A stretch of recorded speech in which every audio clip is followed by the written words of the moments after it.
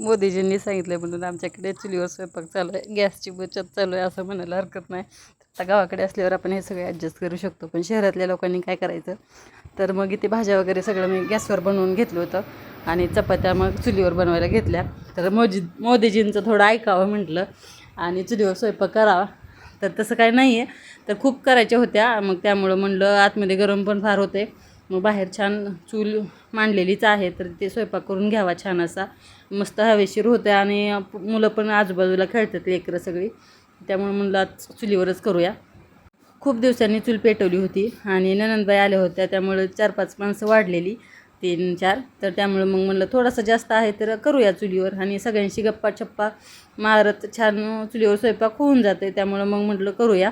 तर इथे बघा फारच जाळ लागला होता, चपात्या करत होते आणि चपात्याला जास्त जाळ जमत नाही आणि आपल्याला काय रोजची सवय नसते, त्यामुळं लवकर काय पहिल्या 2-3 चपात्या तर व्यवस्थित भाजतच नाही. जर जास्त जाळ कमी जाळ याच्यावरती सगळं डिपेंड राहते आणि थोड्याशा करपल्यासारख्या होतात.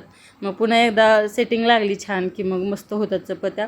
आणि चुलीवर स्वयंपाक करायला फार आवडतं मला खरं तर, पण बघितली ना पोरं कशी खेळतात बाजूला, मग ती पोळायची पण फार भीती वाटते.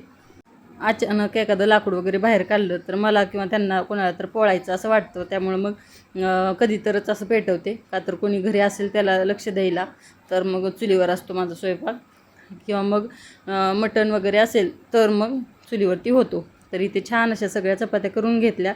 चुलीवर स्वयंपाकसुद्धा लवकर होतो आणि चुलीवरच्या जेवणाची चवसुद्धा खूप छान लागते, त्यामुळं आवर्जून चुलीवर करावा उन्हाळ्यात आणि हिवाळ्यात तरी. पावसाळ्यात काय जळण वगैरे नसतं आणि लवकर चूल पेटत नाही, त्यामुळं थोडंसं नाही केलं तरी चालतं, पण हिवाळ्यात आणि उन्हाळ्यात तरी चुलीवर झालाच पाहिजे आणि अंगणामध्ये छान एन्जॉय करत स्वयंपाक होऊन कधी होतो ते सुद्धा कळत नाही. बघा माझी उन्हाळ्यात सुद्धा किती छान बाग फुलले, हिरवगार झाले एकदम पावसाळ्यासारखं, मस्त एकदम. आणि ताळूची पानं तर बघा किती सुंदर आली ती. इथं पण एक वांग्याचं झाड आलं आहे, इथं पण आहे, त्याच वांग्याची सकाळी भाजी केली होती काढून. आणि आत्ता इथे नवीनच पुदिना लावला आहे, तर खूप छान चिटकलं आहे एकदम मस्त. आणि हे सावलीचं झाड, सावलीचं झाड लावले, छान फुटला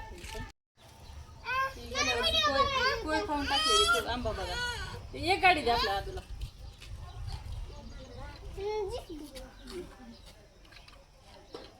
जास्वंद पण मस्त, पुढच्या वर्षी ह्याची सुद्धा सावली. हा गुलाब तिकडे पण आहे माझ्या पलीकडं बाग, पण आता ती पुढच्या एका व्हिडिओमध्ये दाखवेल. आणि इथे बघा हा खणचापा, बघा छान करायला लागलं, पण उन्हामुळे थोडंसं सुकल्यासारखं झालं आणि आता खाली त्या बाजूला फुटलाय, पण आता त्याच्या याला सापाची खूप भीती असते, त्यामुळे हा कट करून टाकणार आहे खालचा मी.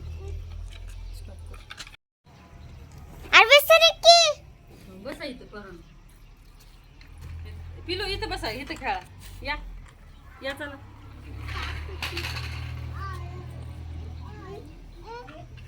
दे दे दे,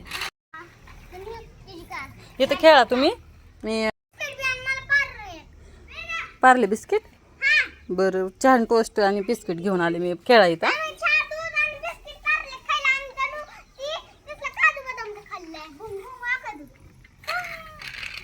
चला आता मस्त वेळ झालेली आहे सायंकाळची आणि पोरं पण छान खेळायले चटई अंथरून अंगणामध्ये.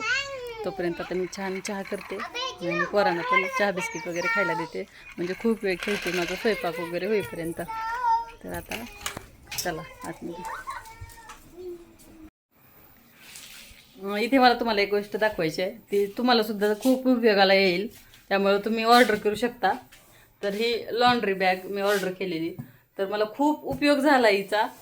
जर कोणी आला अचानक तर मी कपडे वगैरे आपले अस्ताव्यस्त असले तर पटकन गोळा करायचे, याच्यामध्ये टाकायचे आणि जेव्हा वेळ मिळेल तेव्हा मग याच्या घड्या वगैरे आपण घालू शकतो, किंवा मग मुलांच्या गाड्या वगैरे. तर खूप आता दिवसातून 7-8 वेळा तर आपल्याला आवरायला लागतात गाड्या, तर मग त्या कोणी आला अचानक पसारा असेल तर लगेच याच्यात ठेवायच्या आणि परत मुलांना लागेल तशा काढून द्यायच्या. तर एकदम 2 ऑर्डर केलेले मी हे, पण त्यातलं एक आईला दिलं आहे आणि आता एक मी वापरते. तर तुम्ही सुद्धा हे ऑर्डर करू शकता, मी फ्लिपकार्टवरून ऑर्डर केलेलं आहे हे.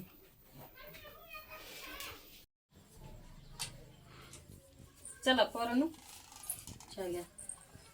कोणाला काय खायचं ती खावा. मला पार्ले बिस्किट. हा. मला बाळा दूध. सर पाठीमागं ती पोळतंय गरम आहे. मला ही पाहिजे. मी चालते तुला पाठीमागं सर मम्मा मला ही पाहिजे. स्टॉप कर.